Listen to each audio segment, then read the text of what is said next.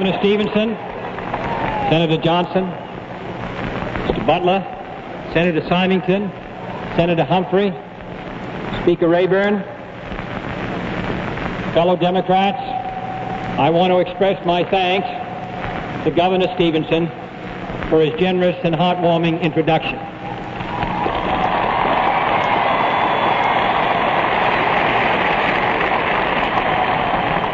It was my great honor to place his name in nomination at the 1956 Democratic Convention, and I am delighted to have his support and his counsel and his advice in the coming months ahead.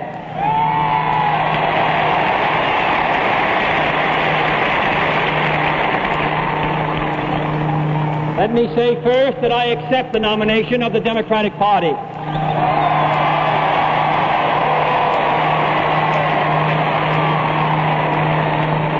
I accept it without reservation and with only one obligation: the obligation to devote every effort of my mind and spirit to lead our party back to victory and our nation to greatness. I am grateful too that you have provided us with such a strong platform to stand on and to run on.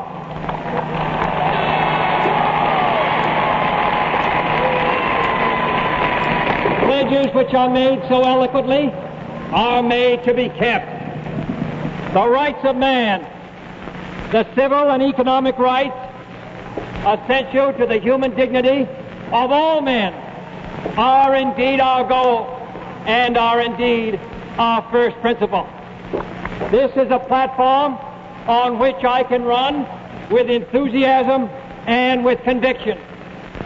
And I am grateful, finally, that I can rely in the coming months on many others, on a distinguished running mate who brings unity and strength to our platform and our ticket, Lyndon Johnson.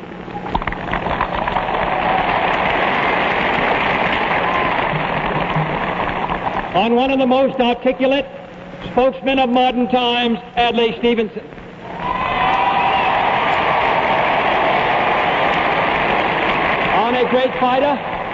On a great fighter for our needs as a nation and a people, Stuart Symington.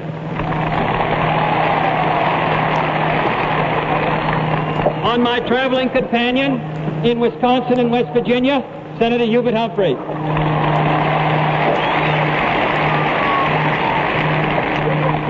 On Paul Butler, our devoted and courageous chairman. And on that fighting campaigner whose support I now welcome, President Harry Truman.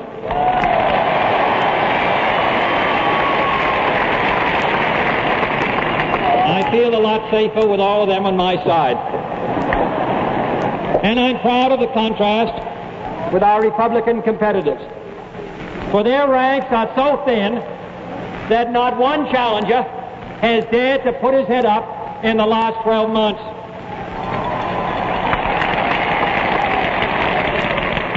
I am fully aware of the fact that the Democratic Party, by nominating someone of my faith, has taken on what many regard as a new and hazardous risk, new at least since 1928. The Democratic Party has once again placed its confidence in the American people and in their ability to render a free and fair judgment, and in my ability to render a free and fair judgment.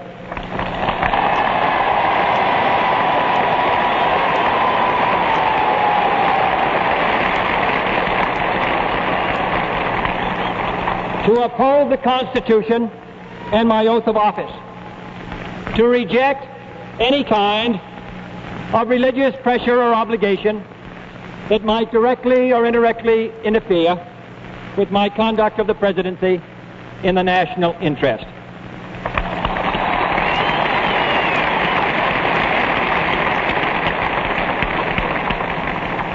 My record of 14 years in supporting public education, supporting complete separation of church and state, and resisting pressure from sources of any kind should be clear by now to everyone.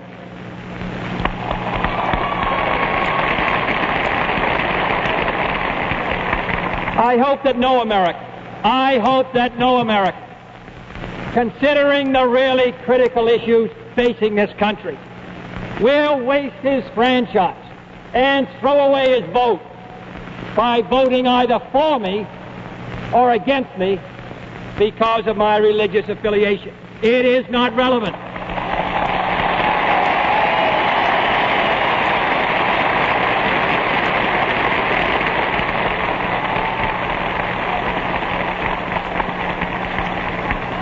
I am telling you what you are entitled to know as I come before you seeking your support for the most powerful office in the free world.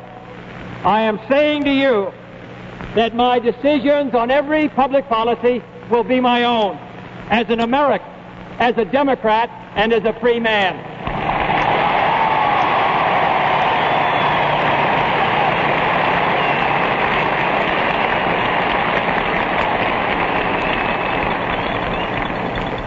I mention all of this only because this country faces so many serious challenges, so many great opportunities, so many burdensome responsibilities, that I hope that it is to those great matters that we can address ourselves in the coming months.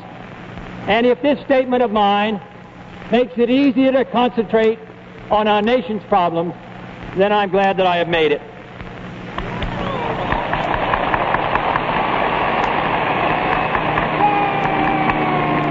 Under any circumstances, the victory we seek in November will not be easy. We know that in our hearts. We know that our opponents will invoke the name of Abraham Lincoln on behalf of their candidate, despite the fact that his political career has often seemed to show charity towards none and malice for all. We know it will not be easy to campaign against a man who has spoken and voted on every side of every issue. Mr. Nixon may feel that it's his turn now, after the New Deal and the Fair Deal.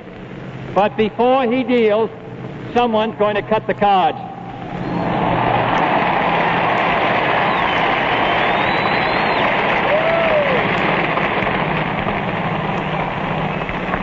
That someone may be the millions of Americans who voted for President Eisenhower, but would balk at electing his successor.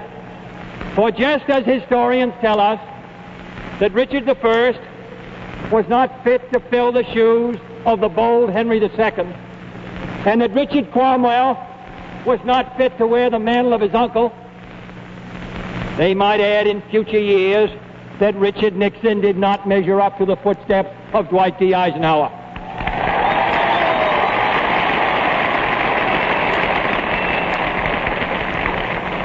Perhaps he could carry on the party policies, the policies of Nixon and Benson and Dirksen and Goldwater, but this nation cannot afford such a luxury.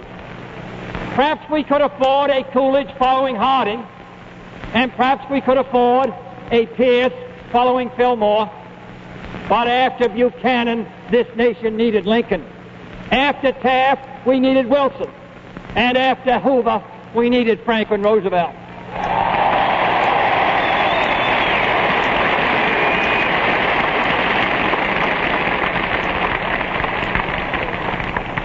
But we're not merely running against Mr. Nixon.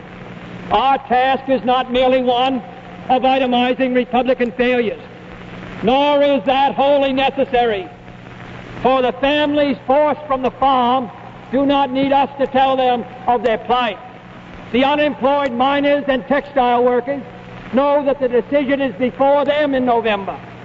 The old people without medical care, the families without a decent home, the parents of children without a decent school, they all know that it's time for a change.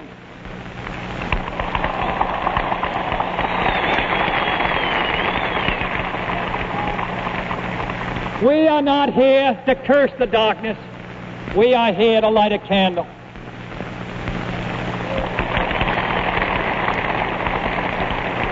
As Winston Churchill said on taking office some 20 years ago, if we open a quarrel between the present and the past, we shall be in danger of losing the future.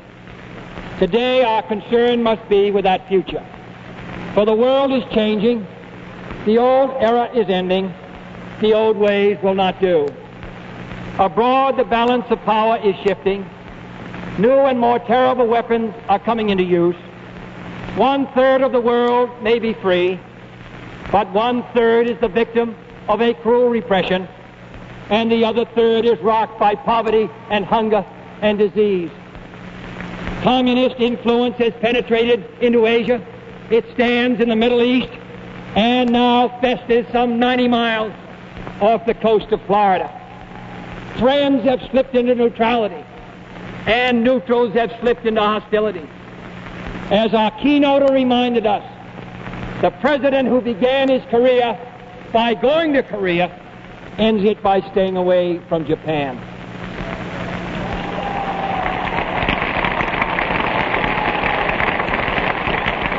The world has been close to war before, but now man, who survived all previous threats to his existence, has taken into his mortal hands the power to exterminate his species 7 times over. Here at home, the future is equally revolutionary. The New Deal and the Fair Deal were bold measures for their generation, but now this is a new generation. A technological output and explosion on the farm has led to an output explosion. An urban population revolution has overcrowded our schools and cluttered our cities and crowded our slums. A peaceful revolution for human rights, demanding an end to racial discrimination in all parts of our community life, has strained at the leashes imposed by a timid executive leadership. It is time, in short,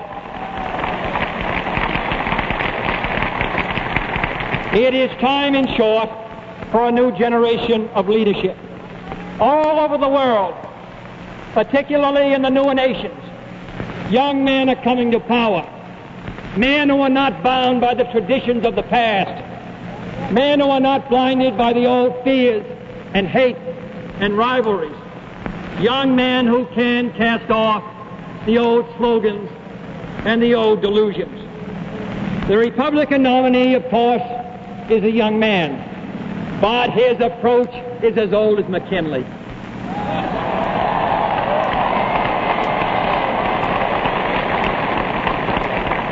His party is the party of the past, the party of memory. His speeches are generalities from Poor Richard's Almanac. Their platform made up of old leftover Democratic planks has the courage of our old convictions. Their pledge is to the status quo, and today there is no status quo. For I stand here tonight facing west on what was once the last frontier. From the lands that stretch 3,000 miles behind us, the pioneers gave up their safety, their comfort, and sometimes their lives to build our new West. They were not the captives of their own doubts, nor the prisoners of their own price tags. They were determined to make the new world strong and free, an example to the world, to overcome its hazards and its hardships, to conquer the enemies that threatened from within and out. Some would say that those struggles are all over, that all the horizons have been explored, that all the battles have been won, that there is no longer an American frontier. But I trust that no one in this intersection would agree with that sentiment. For the problems are not all solved, and the battles are not all won.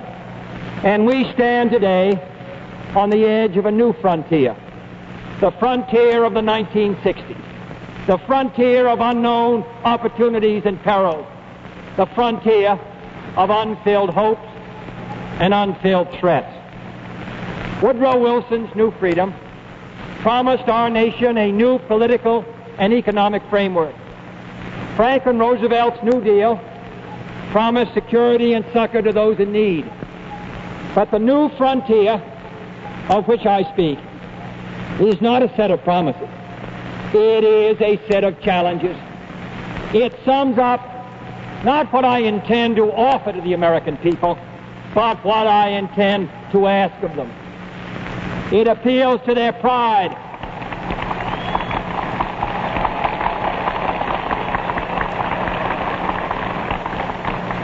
It appeals to our pride, not our security. It holds out the promise of more sacrifice instead of more security. The new frontier is here, whether we seek it or not.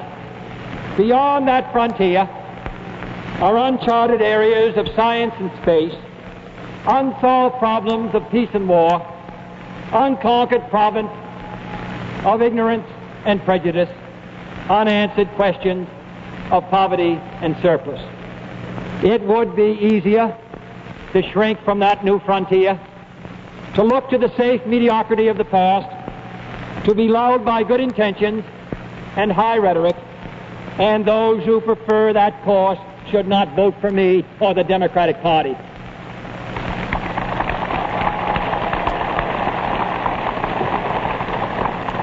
But I believe that the times require imagination and courage and perseverance. I'm asking each of you to be pioneers towards that new frontier. My call is to the young in heart, regardless of age, to the stout in spirit, regardless of party, to all who respond to the scriptural call, be strong and of good courage, be not afraid, neither be dismayed. For courage, not complacency, is our need today. Leadership, not salesmanship. And the only valid test of leadership is the ability to lead and lead vigorously. A tired nation, said David Lloyd George, is a Tory nation. And the United States today cannot afford to be either tired or Tory.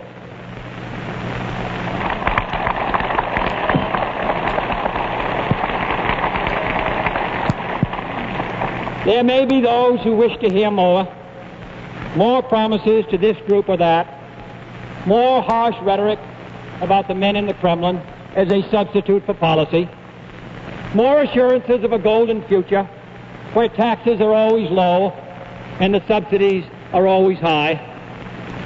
But my promises are in the platform that you have adopted. Our ends will not be won by rhetoric, and we can have faith in the future only if we have faith in ourselves.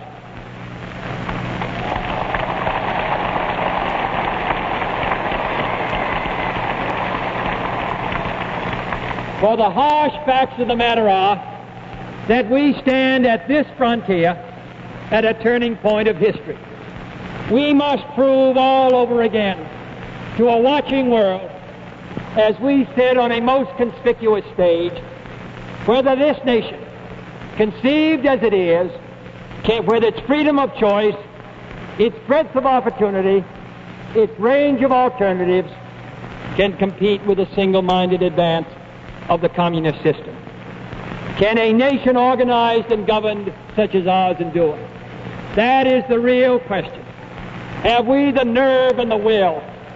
Can we carry through in an age where we will witness not only new breakthroughs in weapons of destruction, but also a race for mastery of the sky and the rain, the ocean and the tides, the far side of space, and the inside of men's minds? That is the question of the new frontier. That is the choice that our nation must make. A choice that lies not merely between two men or two parties, but between the public interest and private comfort, between national greatness and national decline, between the fresh air of progress and the stale, dank atmosphere of normalcy, between dedication or mediocrity. All mankind waits upon our decision. A whole world looks to see what we shall do, and we cannot fail that trust, and we cannot fail to try. It has been a long road from the first snowy day in New Hampshire many months ago to this crowded convention city. Now begins another long journey, taking me into your cities and homes across the United States. Give me your help and your hand and your voice.